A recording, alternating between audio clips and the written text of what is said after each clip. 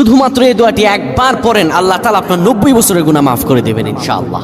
আপনার 90 বছরের গুনাহ মাফ হয়ে যাবে যদি মাত্র এই দোয়াটি যদি একবার পড়তে পারেন। আপনার ভাগ্য খুলে যাবে, রিজিকে বরকত আসবে, মনের ন্যাক আশা পূরণ হবে, আল্লাহ আপনার সব দোয়া কবুল করে দিবেন। সুবহানাল্লাহি ওয়া বিহামদি। এত ফজিলত, এই দোয়াটা আপনারা শেয়ার করে দিবেন। এই যুবকেরা, আমল না করেও সওয়াব পাবা। তোমার একটি শেয়ারে, একটা বাটনে প্রেস করে তুমি সওয়াব পেয়ে যাবা। কারণ তুমি আমল না করো, অন্য কেউ যদি তোমার শেয়ারের বদৌলতে আমল করে, সওয়াব তুমি পেয়ে যাবা। নবীজির হাদিস।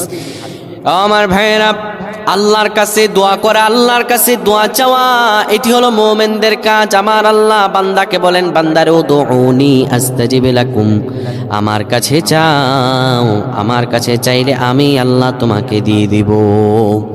কেউ যদি একবার এই দোয়াটি পড়তে পারে, দোয়াটি হলো রব্বি ইন্নী যালামতু নাফসি ফাগফিরলি। কেউ যদি এই দোয়াটা একবার পড়তে পারে, আমার আল্লাহ তাআলা তার 90 বছরের গুনাহগুলো মাফ করবেন।